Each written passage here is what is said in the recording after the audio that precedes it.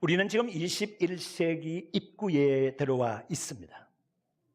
10년을 문 하나로 생각을 해보게 되면 21세기 10개의 문 가운데서 기껏 2개의 문 정도를 통과하고 있습니다.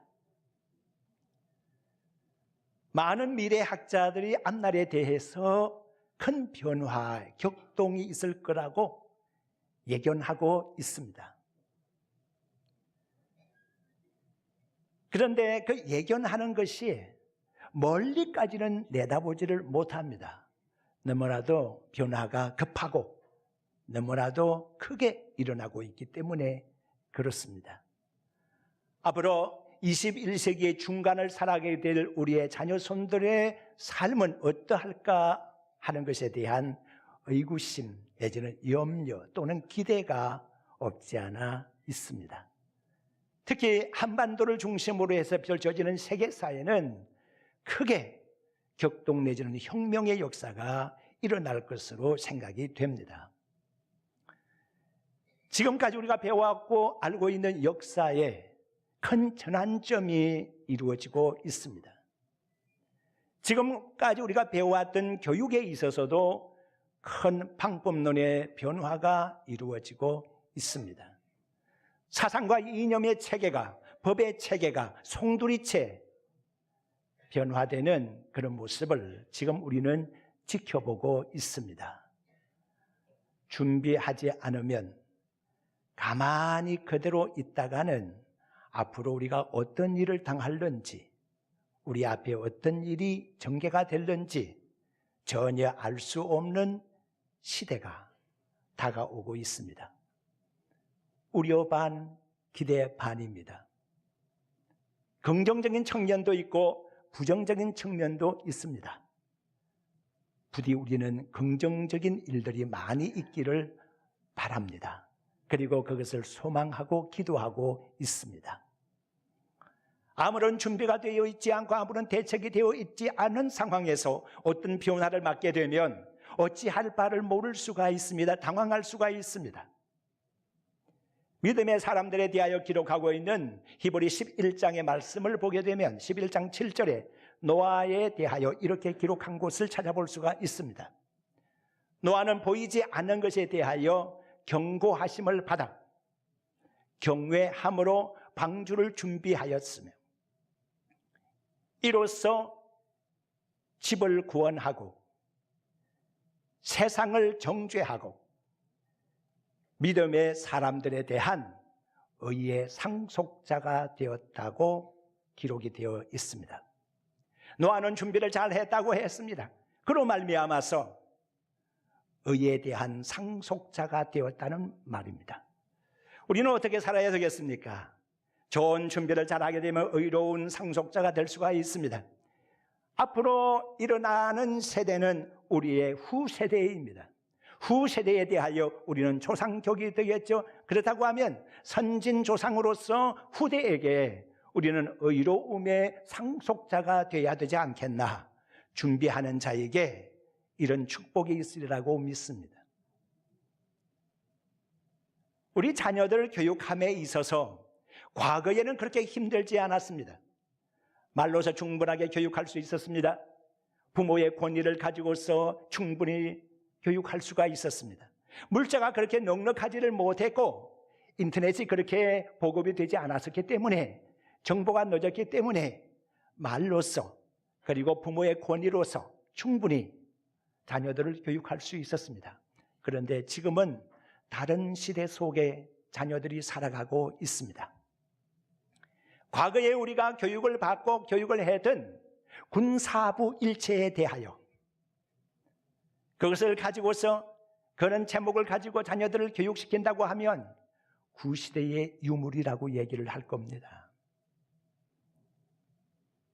삼강오륜에 대해서 이것은 이렇고 저건 저런 거니까 이렇게 살아야 된다고 하면서 삼강오륜에 대해서 얘기를 한다고 하면 나이 드신 분들은 이해를 할 수가 있겠지만 지금 젊은 세대들은 그런 것에 대해서 전혀 공감을 표시하지를 못할 겁니다. 돈으로서 교육을 시킬 수 있다고 하면, 힘으로서 교육을 시킬 수 있다고 하면 아주 간단할 수 있습니다. 학교에 보내고 유학을 보내고 그렇게 해서 교육시키면 되지 않겠습니까? 그런데 안 된 얘기지만 세상에는 돈으로 힘으로 해결할 수 없는 일들이 얼마나 많은지 모릅니다. 돈으로서 좋은 양복은 구해 입을 수 있을지 모르지만 돈으로서 인격과 성품은, 좋은 성품은 살 수가 없습니다. 돈으로서 좋은 집 살 수 있습니다. 어리어리한 저택을, 하우스는 준비할 수가 있을 겁니다. 그러나 돈으로서 행복한 가정, 홈은 살 수가 없습니다. 돈으로서 인재나 천재를 우리 주변에 둘 수 있을 것입니다. 그렇지만 돈을 가지고서 기회를, 희망을 살 수는 없습니다. 돈을 가지고 좋은 교재 구할 수가 있고 좋은 선생으로 우리 자녀들 옆에 둘 수가 있을 겁니다. 그렇지만 행복하고 좋은 착한 자녀들을 돈으로서는 만들 수가 없습니다. 이렇게 돈으로서, 힘으로서, 재주로서 할 수가 없는 시대 속에 우리는 살아가고 있습니다. 자녀들을 어떻게 양육시키면 좋단 말입니까? 우리에게 어떤 방법이 있습니까? 성급하게 저는 결론부터 말씀을 하여 두겠습니다. 하나님의 말씀 외에는 자녀들을 양육시킬 수 있는 수단과 방법이 없습니다. 하나님의 말씀을 떠나서는 전혀 희망이 없다는 얘기입니다. 자녀들을 노엽게 하지 말라고 했습니다. 노엽게 한다고 하는 말은 화나게 한다, 분노하게 한다는 뜻이거든요. 그러니까 자녀들을 화나게 하지 말라고 하는 얘기입니다. 그런데 이 말씀을 우리는 흘러 지나가기가 쉽습니다. 읽을 때에도 그냥 지나가고 아무런 감동 없이 읽을 가능성이 많습니다. 왜냐하면 부모치고 자녀들을 분노하게 하고 화나게 할 부모가 별로 없기 때문에 그렇습니다. 우리가 부모가 되어서 자녀들을 키우는데 자녀들을 윽박질려서 엄격하게 해가지고서 어떤 자녀들의 생각과 전혀 반대되는 교육을 시킴으로써 자녀들을 화나게 하는 그런 경우는 별로 없을 겁니다. 그러니까 자녀들을 노엽게 하지 말라라고 하는 말씀에 대해서는 우리가 그냥 아무런 감동 없이 읽어갈 수가 있습니다. 차라리 너희 부모를 노하게 하지 말라라고 하면 어느 정도 고개를 끄덕이면서 수긍할 수가 있을 겁니다. 그렇지. 부모를 분노케 하는 자녀들이 얼마나 많어? 이렇게 생각하기가 쉽습니다. 그런데 오늘 이 본문은 분명히 자녀들을 노엽게 하지 말라고 말씀하셨습니다. 노엽게 하는 일이 있기 때문이겠죠. 무엇이 노엽게 하는 일이 될까요? 먼저 첫째는 우리가 자녀들을 바르게 이해하지 못할 때 이런 일이 생길 수가 있습니다. 품 안에 자녀가 자녀라고 하는 말을 우리는 자주 합니다. 자녀들이 내 품 안에 있을 때에, 내가 안고 다닐 때에, 내가 내 말로 교육을 시키면서 그렇게 아이들을 키울 때에, 그러면 아이들은 부모님의 말씀을 그대로 법으로 받아들입니다. 그대로 순종합니다. 그대로 따릅니다. 품 안의 자녀입니다. 그런데 점차 자랐습니다. 우리를 떠나가게 됩니다. 학교를 찾아가고 친구들을 만납니다. 세계관이 넓어지기 시작합니다. 모든 가치관이 형성되기 시작합니다. 지금까지는 부모님의 말씀 그대로 고지 그대로, 어른들의 말을 고지 그대로 들어왔습니다. 그대로 순종해 왔습니다. 그런데 이제는 아닙니다.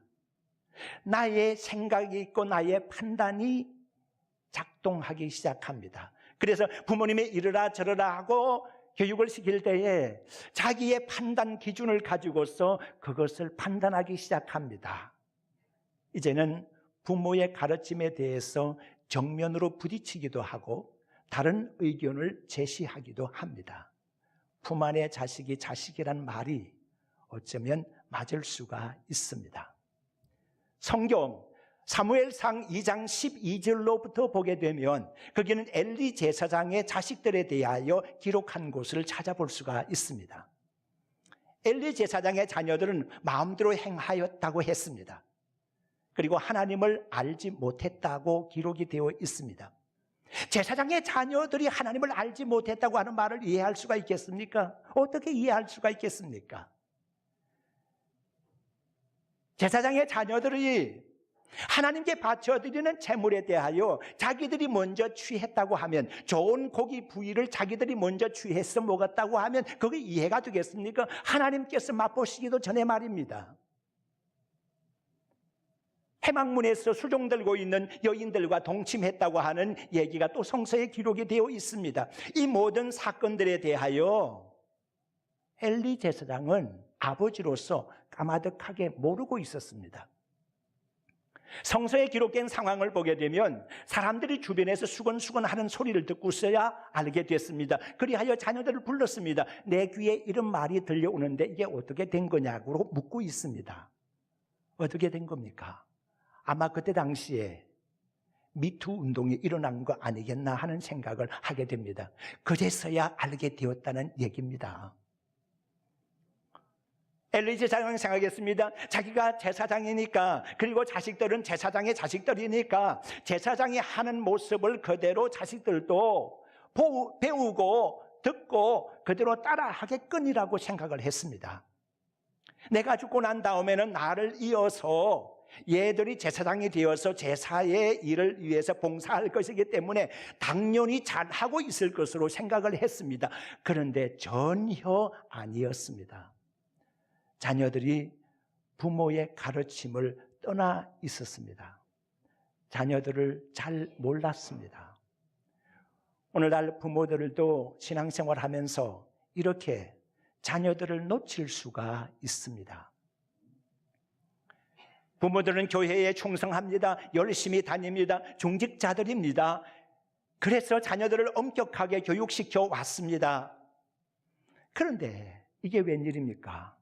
어느 날 자녀들이 곁길로 가는 것을 뒤늦게서 파악을 했습니다. 부모들은 그렇게 생각했습니다. 우리를 본받아서 자녀들이 잘 자라고 있겠거니라고 생각을 했을 겁니다. 그런데 자녀들이 전혀 그렇지를 못했습니다. 이게 웬일입니까? 하나님으로부터 복을 받아야 할 자녀들이 하나님의 징계의 대상이 되었다고 하면 이게 자녀들을 분노케 하는 일이 아니겠습니까? 또 한 가지는 오늘날 많은 부모들이 자녀들을 자기 소유물로 생각하고 있다는 사실입니다. 물론 부모들의 계획 하에서 자녀들이 생겼을 수 있습니다. 물론 계획하지 않았는데 생길 수도 있겠지만은 되게 그렇습니다. 부모님들이 계획합니다. 자녀들을 이제 가져야 되지 않을까, 자녀들은 몇 명 가지자, 이렇게 서로 생각을 하고 의논을 맞추거든요. 그래서 자녀들을 가지게 됩니다. 그런데 사실은요, 이게 부모들의 어떤 독단적인 결정에 의해서가 아니라 이건 역시 하나님의 예정 속에 있다고 볼 수가 있습니다.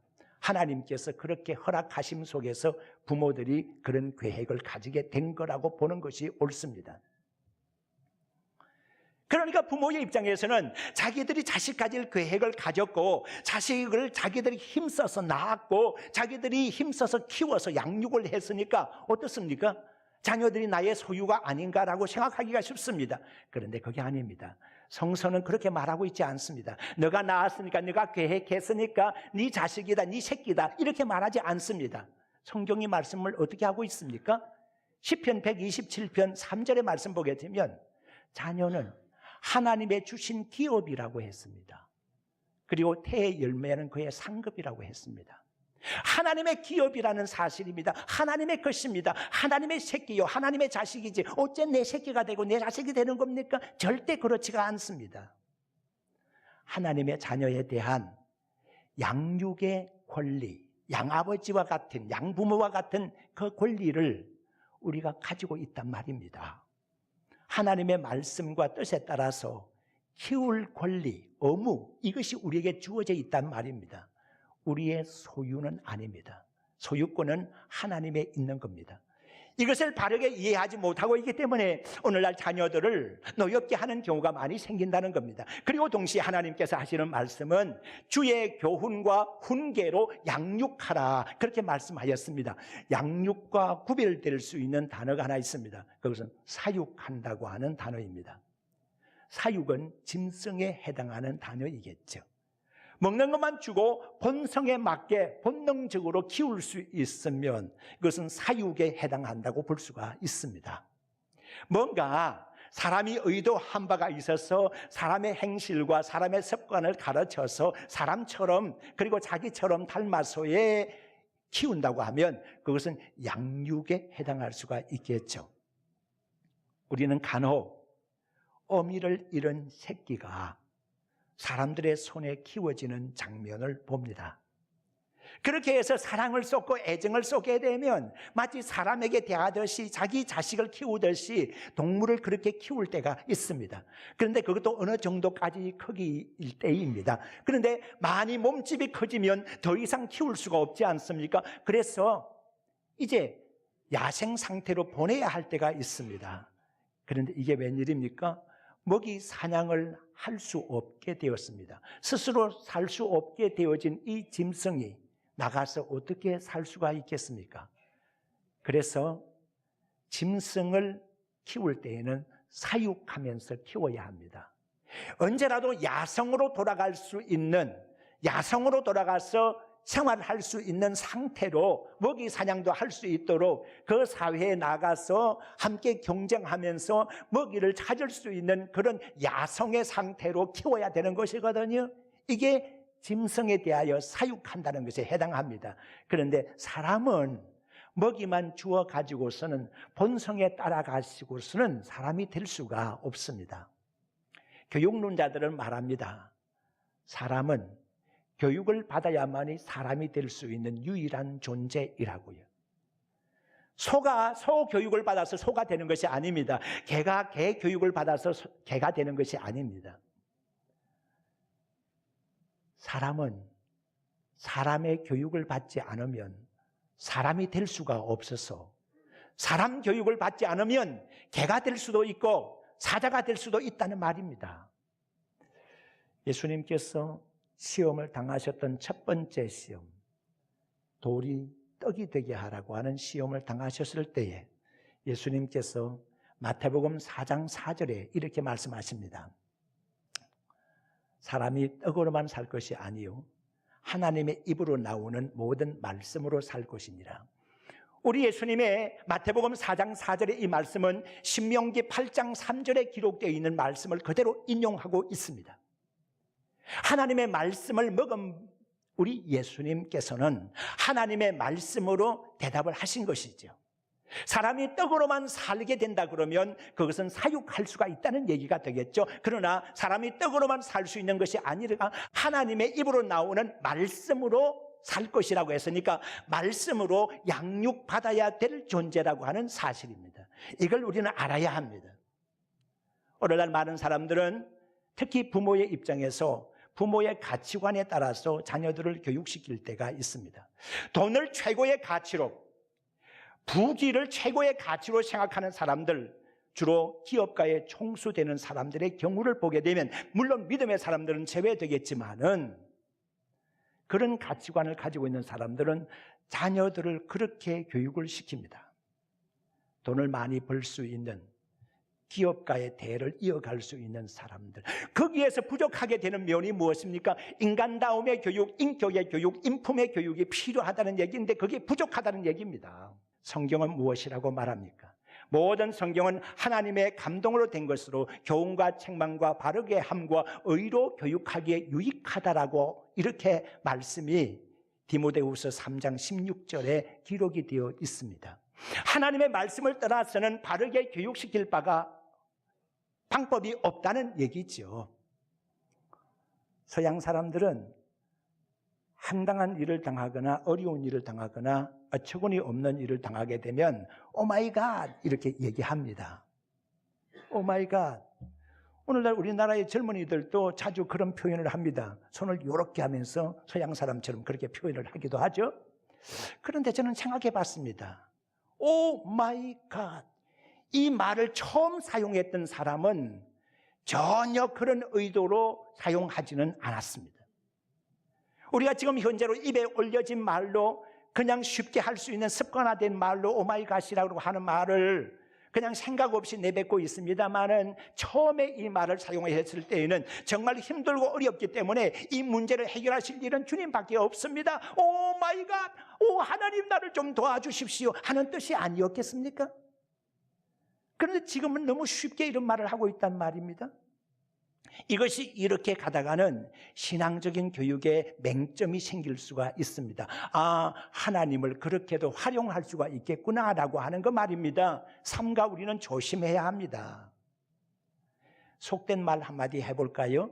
사람은 먹은 대로 싼다 그랬습니다. 무엇을 먹었는지 그 싼 것을 보면 안다는 얘기죠. 어린 아기들 키우는 엄마는 그렇습니다. 적어도 아기들의 변에 대해서는 그냥 그대로 놓치지 않습니다. 보면서 색깔이 어떤가, 안에 뭐가 들었는가, 먹은 것을 싸니까요. 그렇습니다. 안에 속의 상태가 어떤가 하는 것도 배설물을 보면 어느 정도 짐작이 갈 수가 있는 부분이 있거든요. 자녀들이 무엇을 어떻게 지금 행동하고 말하고 있는가 하는 것은 과거에 무엇을 먹었는가에 따라서 결정될 수가 있다는 얘기입니다. 그래서 어머니의 무릎에 앉아서 배웠던 그 교육이 아주 중요하더라는 거예요. 우리가 조금 전에 찬송가 199장을 불렀지 않습니까? 나의 사랑하는 책 비록 헤어졌으나 어머니의 무릎 위에 앉아서, 그때 어머니의 무릎 위에 앉아서 듣던 말씀이 그대로 생각이 나더라 커서도 말입니다. 그래서 잠언 22장 6절의 말씀이 뭐라고 기록되어 있어요? 마땅히 행할 길을 어린 아이 때에 가르치라고 했어요. 그러면 늙어도 떠나지 아니하리라 그랬어요. 믿음의 성도 여러분, 나이가 좀 들어서도 곁길로 가다가도 어머니의 무릎 위에 앉아서 듣던 하나님의 말씀이 생각이 나서 돌아올 수 있다는 얘기입니다. 어머니의 무릎 위에 앉아서 기도하던 어머니의 모습을 본 아들 말입니다. 많은 사람들이 얘기합니다. 기도하는 어머니의 자식을 사탄은 뺏어가지 못한다고 말입니다. 기도하는 어머니, 찬송하는 어머니, 감사하는 어머니, 긍정적인 시각으로 모든 것을 해석하고 바라보는 어머니의 모습, 그 어머니의 모습은 말 없는 무언의 교육일 수 있다는 사실을 명심하시길 바랍니다. 어린 아이들이 먹은 대로 배설하는 것이거든요. 그렇습니다. 그러므로 우리는 자녀들을 키울 때에 여기에 맞추어서 키워야 된다는 얘기입니다. 그리고 다음은 주의 훈계로 양육하라고 했습니다. 훈계라는 말은 실천이라는 뜻을 가지고 있습니다. 몇 주 전에 외손자하고 조금 같이 보낼 시간이 있었습니다. 할머니가 너무너무 좋아하세요. 딸의 자식이니까 너무너무 좋아하는 것 같아요. 근데 왜 할머니가 이렇게 앞서서 걸어가다가 허리가 아프니까 허리에다가 손을 얹었어요. 그랬더니 뒤따라가던 외손자가 할머니의 모습을 보고 자기도 뒷짐을 지는 거예요. 저는 저 뒤에서 그것을 바라보았어요. 그거 참 묘하다. 그래서 제가 애기 있는데 옆에 가가지고 해봤어요. 그랬더니 자기도 따라서 하더라고. 야, 이거 바로 그것이구나 하는 거예요. 자식은 아버지의 등을 보고 자란다는 말이 있습니다. 나의 뒤에서 나의 자녀들이 나를 지켜보고 있다는 사실을 명심하십시오. 부모의 본을 자식들이 따른다는 얘기입니다. 어떤 딸을 아들이 자기 짝으로 삼으려고 합니까? 그럴 때 부모는 누구를 살펴봐야 될까요? 그 딸의 어머니를 보면 압니다. 어머니의 모습이 그대로 딸에게 나타나기 때문입니다. 어머니가 단순하게 자식을 낳고만 말겠습니까? 그 자식을 키우는데 자기 모습으로 키우는 겁니다. 그러니까 딸의 모습 속에는 어머니의 모습이 그대로 나타나니까 딸을 보기 전에 어머니의 모습을 보면 알거든. 욕쟁이 어머니는 욕쟁이 딸을 낳는 거예요. 그렇게 키우는 거예요. 우울증에 잡혀서의 부모님은 그 딸도 우울증에 잡힐 가능성이 70, 80%는 넘는다고 말입니다. 조심하셔야 됩니다. 삼가 조심하셔야 됩니다. 디모데후서 1장 5절의 말씀을 보게 되면 바울 사도는 디모데의 거짓 없는 믿음을 칭찬하고 있습니다. 그러면서 그 믿음이 어느 날 갑자기 디모데에게서 생긴 것이 아니라 내 외조모 로이스와 내 어머니 유니게 속에도 있더니 그렇게 기록되어 있습니다. 그러니까 외조모의 신앙이 어머니에게로, 어머니의 신앙이 그대로 디모데에게로 유전이 되었다는 얘기죠. 믿음의 성도 여러분, 우리가 희망을 논하기 전에 우리의 자녀들을 살펴봐야 되겠죠. 자녀들의 희망을 논하기 전에 하나님의 말씀이 우리 속에 어떻게 작용하고 있는가를 봐야 되겠죠. 하나님의 말씀이 교재가 되고 하나님의 뜻에 따른 교육, 이 이상은 없습니다. 하나님의 말씀에 따라 맞춤식 교육을 자녀 손들에게 행하시기를 주의 이름으로 축원합니다.